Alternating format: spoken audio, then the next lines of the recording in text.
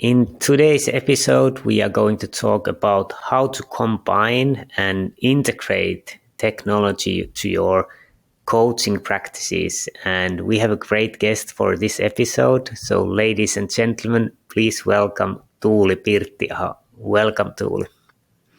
Thank you, Olli. This time too. Yeah, so I find you as a very interesting coach, that you have a deep philosophical background in your coaching, but still you are using technology as an integrated part of your coaching. So could you tell more about how do you combine and integrate these things in your coaching? Yes, thank you. I also think that is interesting and all the time evolving and developing subject, technical versus human and so on. I also think that technology-wise, also these kind of, for example, podcasts and videos and material are kind of technology in the coaching. It's kind of maybe adding value or adding perspectives into the dialogue, which could be the kind of the first thing to explore in the coaching, the relationship and the human itself. But back to the ECG and stress HRV measurement things. For me, if I go to the bottom of it, it is philosophy, because it's one view to a human being or a person, the stress levels, which can be measured. And when I have this kind of surface, so I don't think it's kind of artificial or it's something that I have added. It's a very lean and natural way to integrate that to any coaching, if it's well-being coaching, or if it's, for example, communication coaching or leadership or self-knowledge or fulfillment, or, for example, life coaching. I think it goes with all, because the measures, the indexes, parameters open quite a wide perspectives on the physical and body-mind connection. Yeah, so you kind of see the measurements and data just as a one window on, or one viewpoint of seeing the behavior. And I think it's really interesting, because many times you see, like, for example, somebody is, I don't mention name, but one of my friend, he has a heart rate monitor, and when you ask him, like, how was the run, he's telling, like, yeah, average heart rate 143 and the training effect 3.2, and then, like, he never says that it was fun, it was beautiful trail or something. It's just so they are like really reductionist, that if you start measuring something, you only see that. So how do you facilitate that even when you use technology, it stays more holistic? Well, of course, we don't just look at the numbers. The numbers itself, the parameters and indexes are revealing something. But we also talk very, very largely about, I could have asked that only what was beautiful on that running. It's kind of a guiding question. But anyway, so that we kind of keep the discussion about the parameters and indexes very creative and artistic, even, or curious. So I think the dialogue is the key. How to discuss about these measurements with the client. Yeah, and how would you, for example, you have been doing quite a bit of stress measurement. How do you discuss about stress during work time? Let's take an example. Yeah. Stress during work time. Yes, I do these 24-hour 7 measurements for maybe 5 to 7 days. So we have a wide kind of view also to a person's week, for example. Yeah. And it's sometimes very relieving and revealing both, for a person to see that, for example, sometimes in the work environment, if it's not physical, very, strength demanding work, they are not that stressed that they believed. Because that's also the same thing was with the sleep, that sometimes people think that they are more stressed during the sleep than they are. So it's one view that we kind of really see that, oh, that was only that stressful for me. And then I got my strengths, or kind of parasympathetic nervous came back to work very quickly. And it's really, really helpful for people to see that in a visual way. But of course, if there is, for example, in a work environment, there could be stress that people haven't noticed. For example, I say this in Finland, we have this coffee hour. It should be, of course, relaxing. Yeah. But sometimes during the coffee hour, the stress index is high. And then we explore that why would your coffee hour make your stress index higher than when you're at your desk or doing something else? And it could be social, meeting someone during the coffee hour that makes your nervous system jump up.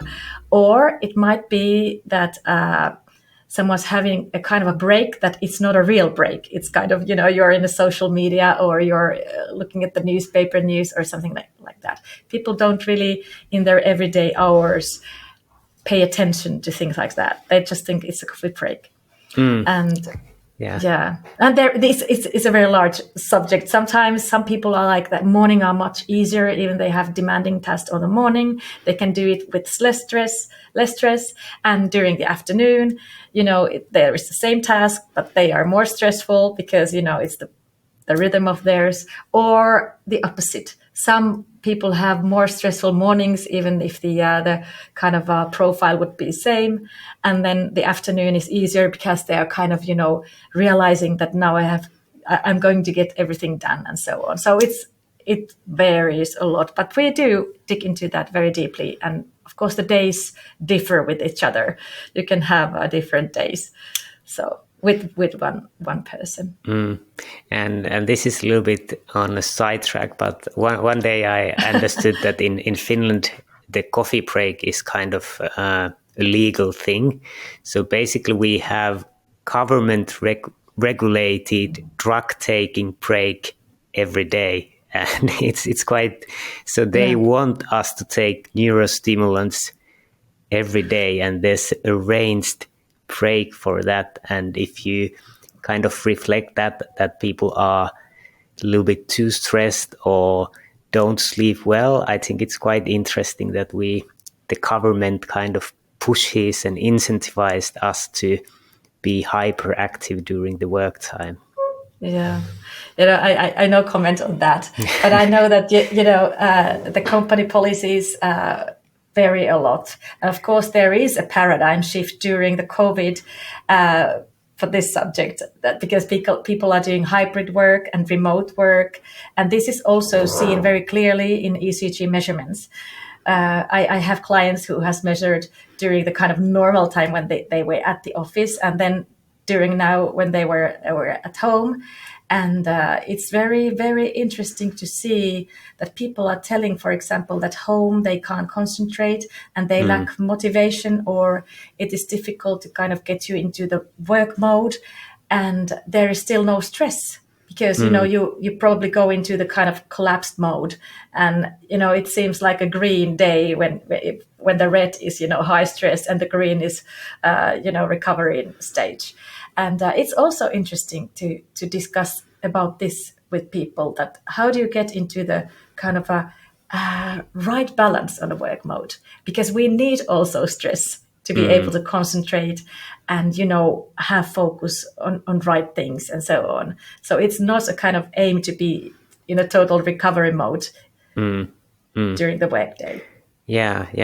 I think that's really, really interesting. And I know this myself, that I'm much more relaxed, or the work is much less loading for me when I work at home. And I think I get enough stress that I get things done, but I think it's much more relaxed to work from home. I think it's pretty individual, because some people don't like working from home. Yeah. And now it's the situation, because I have ongoing clients all the time. So this is from the last week's experience, for example, here when people return to the office. So they have thought before that they are returning to something. They are returning from the hybrid work or remote work to the office work. And now they realize that it's not the same anymore, because some people are still at home, some people are coming and going, and they realize that, okay, we are not returning to anything, but I still need to learn to do my work in a new way. And it's very interesting also in stress measurement ways. Yeah, so you've been doing quite a bit of these stress measurements. Do you use any other measurements, or are you considering any other measurements? Well, yes, I have tried the Fibion thing to measure movement, and of course, this ECG equipment also, gathers movement and everything like that. But yeah, I have been considering different kind of, if it would be, for example, available for us coaches to measure brain activity also. So in a kind of lean and not expensive way, that would be interesting also. I don't yet have that.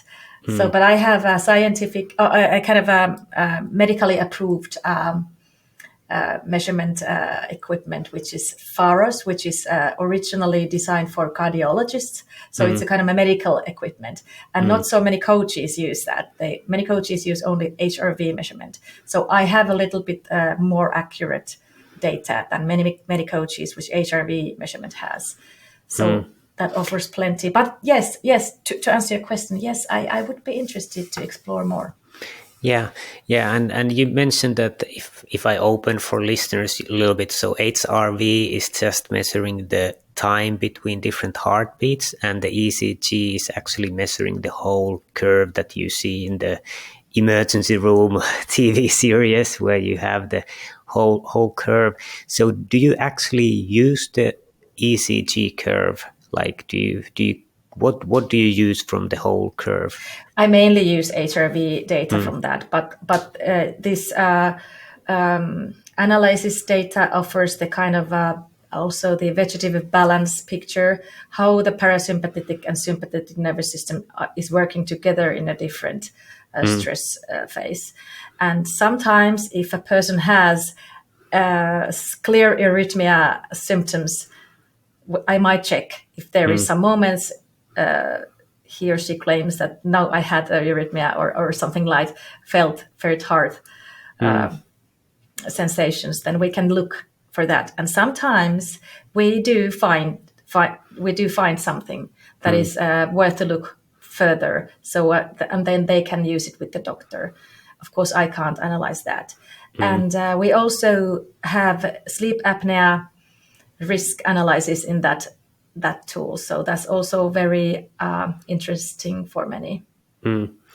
And what would you say that you use as a criteria when you're thinking about different measurement or technology to integrate into your coaching? You said that EEG measuring brain activity would be nice if it's lean and very easy to do. What would you say that which is a no for technology, and which is kind of what do you expect it needs to be?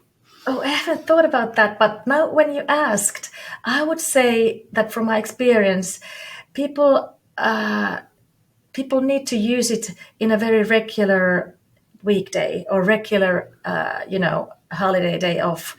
They need to have it measured in their real life and not in a kind of a laboratory surrounding. So that would be one criteria, that people can measure but forget about the meter, So that's probably one thing that I now would say. But if I would get a group of clients who would be willing to go to the laboratory for testing, that would be possible too. But right now I have offered it like you don't even have to think about it. You just put it on and you can live normally. Yeah. So basically, if I open again a little bit, you are using Pharos, which is a professional tool. So basically, It has a couple of electrodes you attach to chest, and then it's measuring.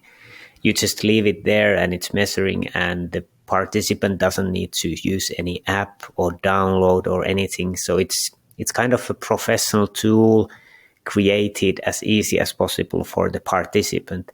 Yes. So continuing from this, how do you see the difference between professional tools, which are developed to be used like this, versus consumer apps and gadgets? Would you consider using any consumer gadgets, and why would you do, or why not? Yeah, I would consider. And for example, many of my clients, as myself, I use this Oura ring, which is measuring the HRV during the night. And we can also, it's very, and some people have the watches, the whatever they are. So we can kind of, calibrate also the results sometimes with the client.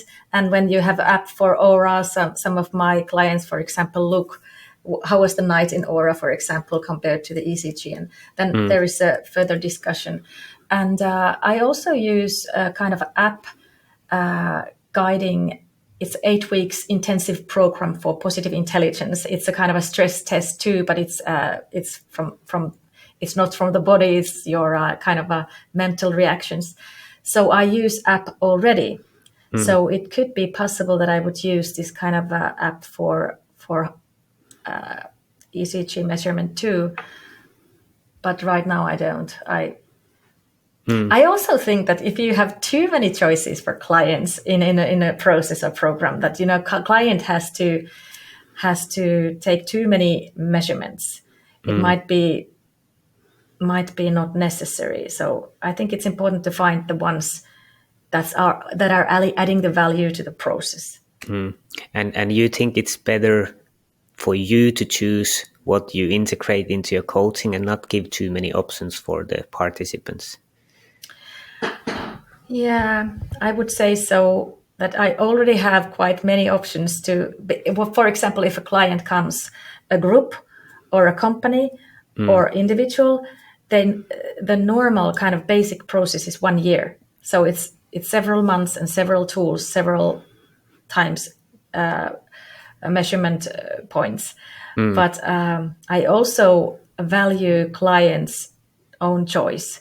And in my coaching programs, there is always a possibility for a client to choose from the plate, so to say. That it's not even necessary to take this ECG if someone doesn't want to. Of course. Yeah, and you said that you prefer the ones that collect like all the day data, maybe 5 to 7 days. How often, if it's 12 months training program, how often do you measure, and how often do you kind of get back to the data that you kind of reference to it? The basic would be twice, in the beginning and in the end. But some clients want to measure because, there can be a lot of changes during 12 months. So if they have, for example, measured in the beginning when it was, for example, a very stressful week, so then they would like to measure a vacation week, for example, or if they change job, or if they have changes in the family life or anything else, they would like to, or in their health, exercising program also. So then we, of course, can measure more than twice. The basic would be twice. And if you measure, for example, in the beginning and then you don't measure in 6 months, how much do you reflect that? Or is it like that you go in the beginning, the feedback session and consultation, and then you don't talk about the measurement anymore? Or how do you usually do it? Yeah, we do talk about the measurement because it's very powerful for a person to see this kind of spreadsheet, which is very thorough, the ECG wise. So we quite often go to the in our discussions to the indexes, and it's also because we when we go through the report, we examine also the feelings, the thoughts, the habits. And if there is, for example, high stress during the workday, for example, this coffee hour, we come back to that several times. That how did your coffee hours feel now? When have you done these changes? Or how was your coffee hour if you tried this, for example? And it's not only the index number; it's how the feeling itself is for the person in the situation. We talk about the feelings around that.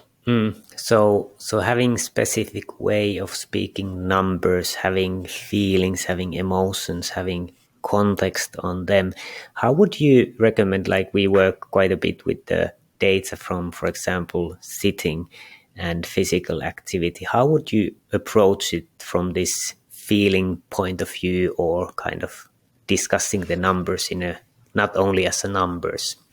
Yeah, you mean the walking examination? Yeah, like Yeah. if, for example, if we with the, for example, with Fibion, if we are measuring sitting time, we are walking, measuring physical activity. How would you discuss this kind of numbers with customers? How would you approach them? Yeah. Well, first of all, I think I would.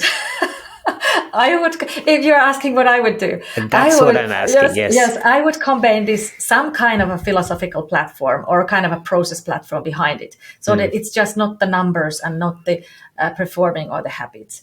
Or there is some way to explore that from some creative perspective. For example, if I am sitting now here today at my office for like 4 hours and then I walk a bit and then I sit again. So I would have a view to that day, that what is this sitting or walking in me, or what I notice when I walk, what I notice when I don't walk. I would have added questions or added platform or added philosophical path behind the numbers, so that it would be more places to touch on something important. So basically, you would say that you concentrate on something, how you feel or how your body feel when you do certain activities or you don't do.